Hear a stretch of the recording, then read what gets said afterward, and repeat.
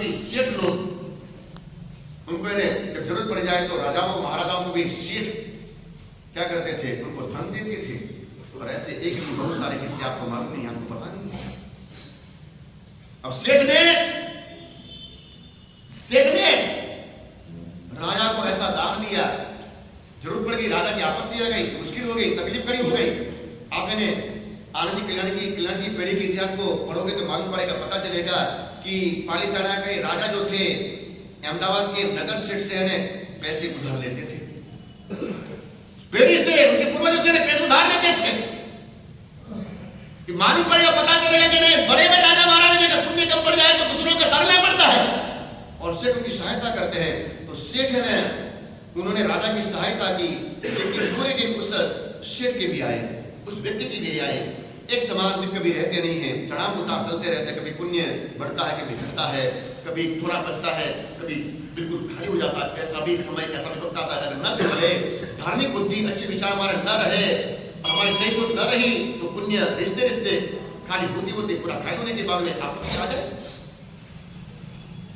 विपत्ति आ जाएगी। तो वहां उस व्यक्ति की सेठ के शेखानी ने कहा कि जाओ राजा के पास में जाओ, आपने उनकी हेल्प की है, उनकी सहायता मदद की है, आप जाओ, आपको संभालेंगे, आपको देंगे वो।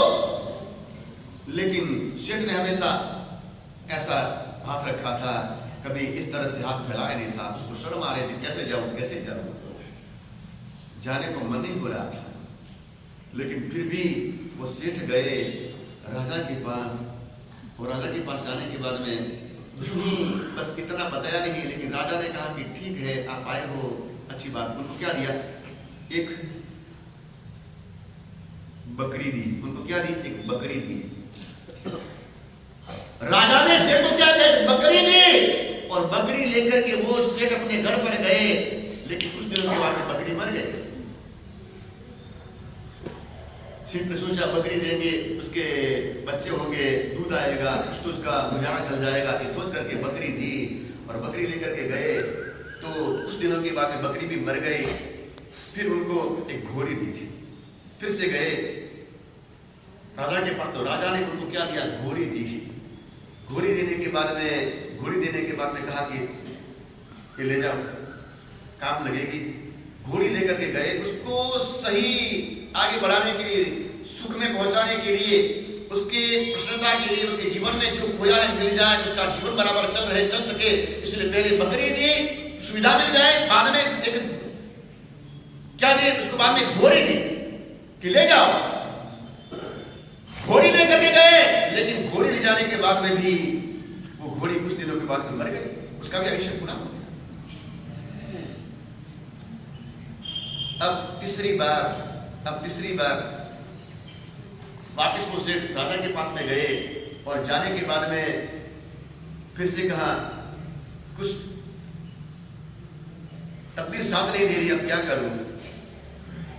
उस समय राजा ने क्या किया, उसको एक भैंस दी, और भैंस डालने के बाद में वो भैंस ज्यादा जी, उसका दूध मिला, उससे पैसे बने, थोड़ा अच्छा हुआ। और फिर राजा ने सामने से चल करके इसको, उस सेठ को अपने पास बुलाया, और बुलाने के बाद में कहा कि ले सोना और लो, और अपना काम धंधा करो, बढ़िया काम करो। और उस सेठ ने कहा कि आपने ऐसा क्यों किया है, पहले बकरी दी, पहले घोड़ी दी, ऐसा करने का कारण क्या था। सीधे सुनावर देते थे, सैकड़ों समय मेरा काम पड़ जाता था, लेकिन राजा ने कहा कि तुम्हारा पुण्य कितना साफ तेरा देखना चाहता था। मैं देख रहा था बकरी दी है, और बकरी कितना जिएगी, बकरी ज्यादा जी नहीं। मैंने देखा है पुण्य भी तुम्हारा आया नहीं, पाप को नहीं चल रहा है। और बाद में घोड़ी दी मर गई, अभी पाप को नहीं चल रहा है, लेकिन बाद में व्यस्त पाप जिंदा रह गए। तो इसलिए पता चला कि अभी तुम्हारा पुण्य जगह है, इसलिए तुमको बुलाया, लिख दिया, तुम्हारा काम खत्म है। इसलिए जीवन के विकास के लिए पुण्य चाहिए, और पुण्य को बढ़ाने के लिए क्या चाहिए, धर्म चाहिए। बिना धर्म के, बिना आराधना के, बिना गुरु की उपासना की और बिना धर्म की आराधना से हमारा पुण्य कभी बढ़ नहीं सकता है। इसलिए भक्त के इस नजाकत को समझना है।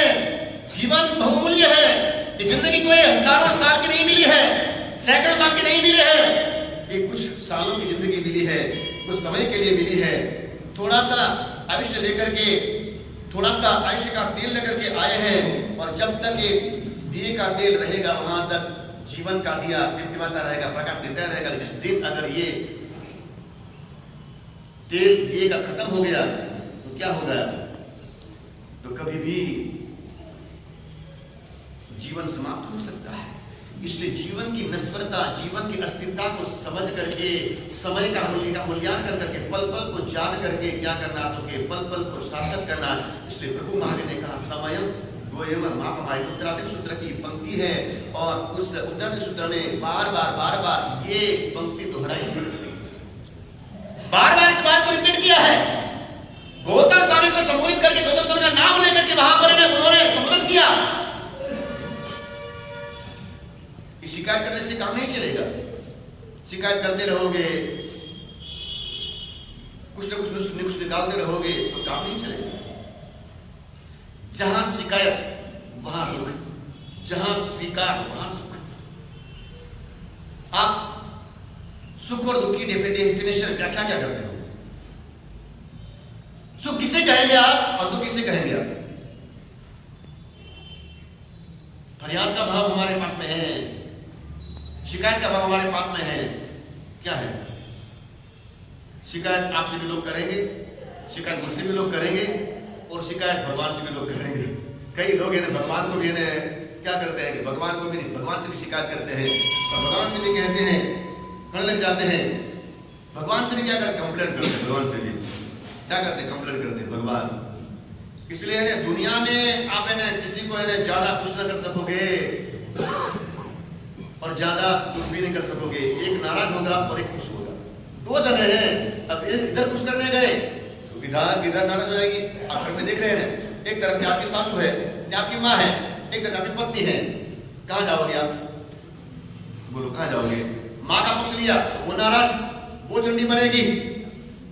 अगर पत्नी का पक्ष लिया तो माँ बोलेगी मैंने तो बड़ा किया, 25 साल का बना, पागल बन गया क्या, मुझे भूल गया क्या? यानी सैंडविच किसकी होती है? पति की सैंडविच होती है। दोनों तरफ कुछ भी नहीं बोल सकता है, कुछ भी नहीं कर सकता है।